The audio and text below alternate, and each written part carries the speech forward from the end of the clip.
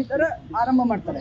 ಈ ಫುಲ್ ಆರಂಭ ಮಾಡಿದ್ಮೇಲೆ ನಮ್ಮ ಮುರಳಿ ಅನ್ನೋನು ಅಲ್ಲಿ ಕೆಳಗಡೆ ಇರ್ತಾನೆ, ಹಣ ಫುಲ್ ಹಿಂಗೆ ಮಾಡ್ತಿದ್ದಾರೆ ಬರ್ತಿದ್ದಾರೆ ಅಂತ ನಮಗೆ ಗೊತ್ತಾಗುತ್ತೆ. 2,500 ಜನ ಅದೇ ವೇಳೆಯಲ್ಲಿ ಬರಕ್ಕೆ ರೆಡಿ ಆಗವ್ರೆ.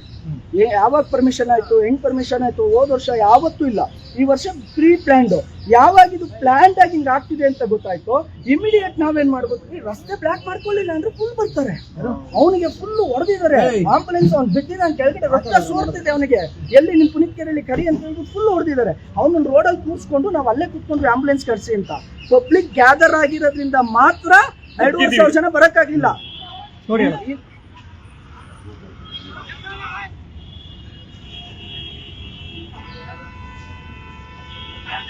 ಈಗ ಅವ್ರು ಯಾರು ಮಾಡಿದ್ರು ಅಂತ ಗೊತ್ತಾಯ್ತಾ? ಒಂದು ಪ್ರಶ್ನೆ, ಆ ರೋಡ್ ನಲ್ಲಿ ಪುನೀತ್ಕೆರೆಯವರ ಆಫೀಸ್ ಇದೆ ಅಂತ ಗೊತ್ತು.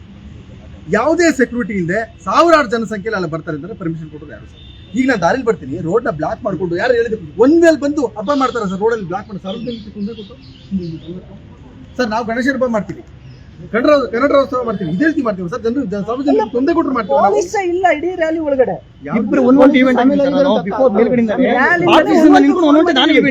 ಸರ್ ಯಾರೋ ಕೆಳಗಡೆ ಬಂದು ಹಿಂಗ್ ಮಾಡ್ತಿದ್ದಾರೆ, ಬೇಗ ಬನ್ನಿ ಅಂತ. ಇಲ್ಲ, ನಾವು ಮೇಲೆ ಇದ್ದಿದ್ರೆ ಕೆಳಿಗೆ ಯಾಕೆ ಬಂದ್ರಿ ಅನ್ನೋ ಪ್ರಶ್ನೆ ಬರ್ಬೋದು. ನಾವು ಮೇಲೆ ಇದ್ದಿದ್ರೆ 2,500 ಜನ ಮೇಲೆ ಬಂದಿದ್ರಿ, ಇವ್ರು ಬಂದು ನಮ್ಮನ್ನ ಹೆಂಗ್ ಕಿತ್ಕೊಳ್ಳೋರು? ನಮ್ದಿರೋ ಸಂತಿ ಒಳಗಡೆ ನಾವು ಸರ್ ಜೀವನ ಹೋಗಿದ್ರೆ ಏನ್ ಮಾಡ್ಬೇಕು? ಈಗ ನಾನು ಆಸ್ಪತ್ರೆ ಕರ್ಕೊಂಡ್ ನಡೀರಿ, ನಮ್ಮ ಹುಡುಗನ ಹತ್ರ ಹೋಗ್ಬೇಕು ಅಂದ್ರೆ ಅವನ ಹತ್ರ ರಾಂಗ್ ಸ್ಟೇಟ್ಮೆಂಟ್ ತಗೊಳಕೋಸ್ಕರ ಈಗ ನಮ್ಮನ್ನ ಹೋಗಕ್ ಬಿಡ್ತಿಲ್ಲ. ಅವ್ನ ಆಸ್ಪತ್ರೆಗೆ ಹೋಗೋದಕ್ಕೆ ನನ್ನ ಆಸ್ಪತ್ರೆ ಕರ್ಕೊಂಡು ಹೋಗಿ ಅಂದ್ರೆ ಕರ್ಕೊಂಡು ಹೋಗ್ತಿಲ್ಲ. ಆಸ್ಪತ್ರೆ ಕರ್ಕೊಂಡು ಹೋಗಿ ಒಂದು ಸಬ್ಮಿಷನ್ ಸರ್, ನಮ್ದೇನು ಸರ್ ಅವರಿಗೆ ಟ್ರೀಟ್ಮೆಂಟ್ ಆಗಲಿ ಎಂಬ ಉದ್ದೇಶ ಸರ್. ಅದು ಬಿಟ್ಟರೆ ಯಾವುದೇ ಇವ್ರನ್ನ ಒಂದು ಆಸ್ಪತ್ರೆಗೆ ಕರ್ಕೊಂಡು ಹೋಗೋದು ಒಂದು.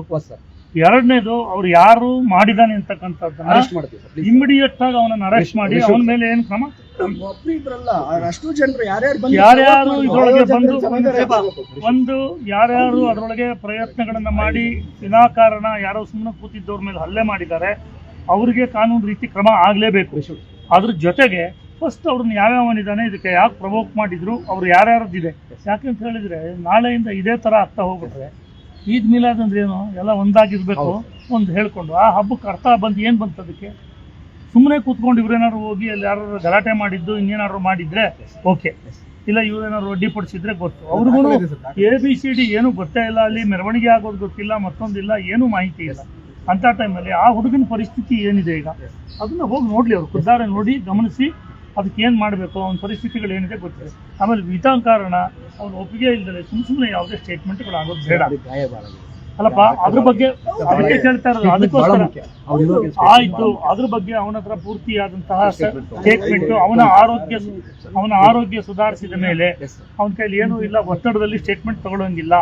ಅವನ ಆರೋಗ್ಯ ಸುಧಾರಿಸಿ ಅವನ ಸ್ಟೇಟ್ಮೆಂಟ್ ಕೊಡೋ ಸ್ಥಿತಿಗೆ ಬಂದಾಗ ಅವನ ಸ್ಟೇಟ್ಮೆಂಟ್ ರೆಕಾರ್ಡ್ ಮಾಡಿ ಕಲ್ಪ್ರಿಟ್ಸ್ ಯಾರಿದ್ದಾರೆ ಅವ್ರ ಮೇಲೆ ಯಾವುದೇ ಮುಲಾಜಿಲ್ದಲೆ ಯಾವುದೇ ಒತ್ತಡಕ್ಕೂ ಒಳಗಾಗದಲೆ ಕ್ರಮ ತಗೊಳ್ಳಿ. ಈಗ ಅವ್ರು ಯಾರು ಹೋಗ್ಬೇಕು ಅಂತಾರೆ ಅಲ್ಲಿಗೆ ಅವ್ರನ್ನ ಕರ್ಕೊಂಡು ಹೋಗೋಕ್ಕೆ ಒಂಚೂರು ವ್ಯವಸ್ಥೆ ಮಾಡಿ ಸರ್. ಈಗ ಏನಾಯ್ತು ಸರ್, ಸ್ವಲ್ಪ ಟ್ರೀಟ್ಮೆಂಟ್ ಆಗಲಿ ಮುಂಚೆ ನಾವು ಸರ್ ಪುನೀತ್ ಅವ್ರು ಅವಾಗೆ ಟ್ರೀಟ್ಮೆಂಟ್ ಆಗ್ತದೆ ಸರ್. ಇಲ್ಲೇ ಬ್ಲಡ್ ಹೋಯ್ತು.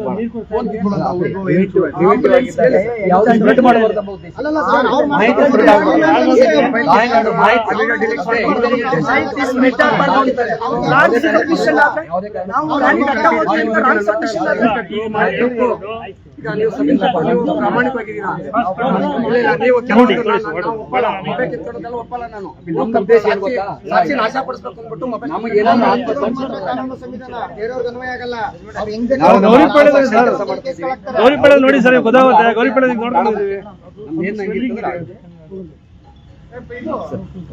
ಈಗ ನಾವು ಒಳಗಡೆ ಏನು ಬೇಡ ಅಲ್ಲಪ್ಪ. ನಾನು ಬಹಳ ವರ್ಷ ಆಗಿತ್ತು. ಚೆನ್ನಾಗಿದ್ದೀರಿ?